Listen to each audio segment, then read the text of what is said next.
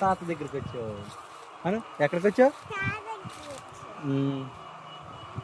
మా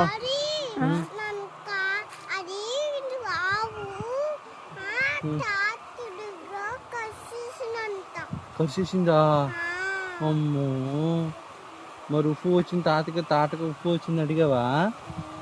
ఏమన్నారు తాత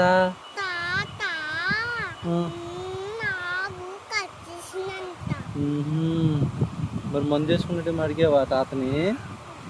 మరి అడగపోయావా తాత మందు తీసుకున్నామని అడిగావా బాగుందా ఇయ్యాలా ఇయ్యాలి బాగుందా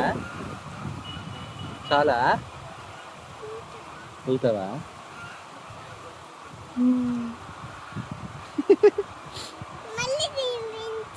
అది